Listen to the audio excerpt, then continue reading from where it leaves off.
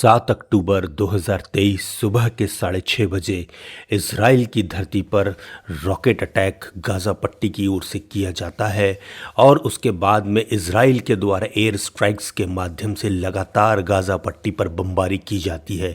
इस सारे घटनाक्रम में जिन 3 संगठनों का नाम अंतर्राष्ट्रीय स्तर पर दुनिया की नज़र में आता है वो है हमास, दूसरा है फतह और तीसरा है हिजबुल्लाह। तो आज के इस वीडियो में हम इन तीनों ही संगठनों के बारे में जानने की कोशिश करेंगे। हमास फिलिस्तीनी क्षेत्र में 2 मुख्य राजनीतिक दलों में से एक है, दूसरा फतह है। हमास को संयुक्त राज्य अमेरिका सहित कई देशों के द्वारा आतंकवादी संगठन नामित किया गया है। कहा जाता है कि हमास को ईरान से धन और हथियारों का समर्थन मिलता है।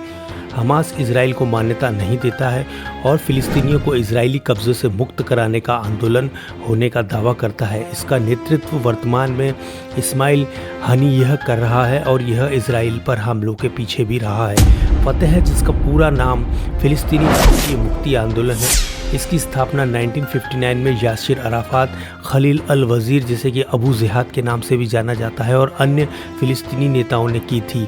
इसने आधिकारिक तौर पर इजराइल को मान्यता दी और 1990 के दशक की शुरुआत में इसके साथ बातचीत भी की, जिसके परिणाम स्वरूप 1993 में ओस्लो समझौते पर हस्ताक्षर किए गए।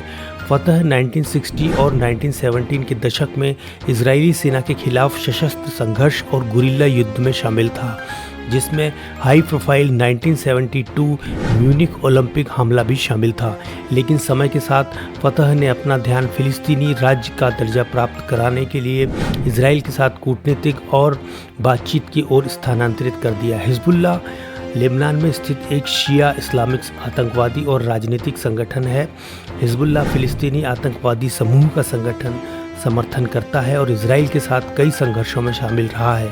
हमास की तरह हिजबुल्लाह को भी ईरान का समर्थन हासिल है।